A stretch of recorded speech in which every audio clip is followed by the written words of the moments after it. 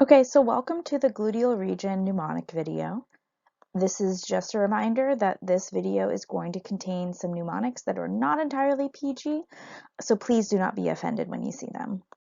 So first off, we're going to look at three muscles in the gluteal region. So in this picture, we're just looking as a general posterior view. And we're first going to look at our tensa fascia lata. So in this view, the TFL is located laterally on the leg when we're looking anteriorly, and here it's highlighted. The gluteus medius is the same leg, we're just turning now. So your anterior side is on the left side of that picture, and we can see the gluteus medius highlighted. And underneath that gluteus medius is the gluteus minimus muscle. So your mnemonic for these muscles are TFL, glute med, glute min, abduct the hip, and rotate it in. One of the keys with anatomy is trying to group things together. So now we've just taken these three muscles and we've grouped together their actions. Another thing we can do with grouping of these muscles is their nerve and their arterial supply. So all three of these muscles are innervated by the superior gluteal nerve and they're supplied by the superior gluteal artery. So now we're going to look at our piriformis muscle. If we are looking posteriorly on our right gluteal region, we can see that the gluteus maximus muscle is the most superficial in this region. On dissection, if you were to make a cut like so and reflect the muscle according to these arrows and make a couple of other cuts, this is eventually what you would end up seeing in this region. To orient you in this drawing, this is our reflected gluteus maximus, our reflected gluteus medius, our gluteus minimus muscle just underneath that, and a little bit of the belly of the TFL. So where's our piriformis muscle? Well, you can see it highlighted here, and I know that's the piriformis muscle because a surgeon once told me that the piriformis is also called the lighthouse of the booty. I don't know how true that actually is in the surgeon world, but I chose to believe it because there are a lot of nerves that exit around this piriformis muscle and make it fairly easy to identify in lab if you know what you're looking for.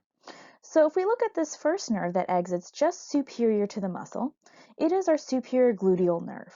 We can see it piercing the reflected muscle bellies of the gluteus medius, the gluteus minimus, and that belly of the TFL. Now remember, not too long ago, we just talked about those three muscles and how they were innervated by this nerve. And here, hopefully you can visually see that as well. The next nerve we'll talk about exits inferior to the piriformis muscle, and we call it the inferior gluteal nerve. And we can see it piercing the muscle belly of the gluteus maximus muscle because that's what innervates that muscle. The other nerves, we're just going to go through super quickly just to orient you. So this nerve right here is our pudendal nerve and its terminal branches. We're going to skip over the nerve just lateral to that and go to the nerve right after, which is our posterior cutaneous nerve. The full name is a posterior cutaneous nerve of the thigh, which is a mouthful, but I just think of it as its full name, like posterior cutaneous nerve of the thigh. Wait till your father gets home. And then the last nerve we're going to talk about in this gluteal area is this big honkin' nerve that exits just below the piriformis muscle, and this is our sciatic nerve.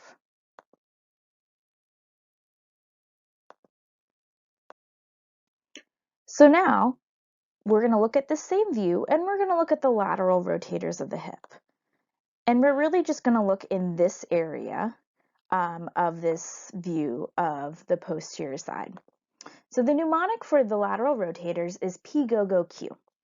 Now, one of the challenges with mnemonics is trying to remember which mnemonic goes with which thing you're trying to memorize. So I don't know, this might be helpful for you. I think of go-go boots, and if you're trying to dance in go-go boots, you're doing a lot of lateral rotation. Fun fact, the word go-go comes from this French word, which means in abundance or excess. I really like learning the origins of words, so y'all are going to get a lot of little lessons in different languages, just a heads up. So going to our mnemonic, the P stands for that muscle that we just spoke about. That is our piriformis muscle. The next is the muscle right below that, and that is our gemellus superior or superior gemellus, just depending on how you learned it. And if we have a superior, we always have an inferior. So we can see that in our picture as well. In between those two gemelli is our obturator internus muscle. Our obturator externus muscle is not fully viewable in this area. In some instances in lab, just inferior to the gemellus inferior muscle, you might be able to locate the tendon of the obturator externus, but it is very difficult to see, especially the actual muscle belly in this gluteal view. The last muscle in the P-go-go-Q mnemonic is our quadratus femoris muscle. All right, so now that we've been able to identify these muscles, let's talk a little bit more about their innervations. As I said before, one of the keys to learning anatomy is to group as much as you can.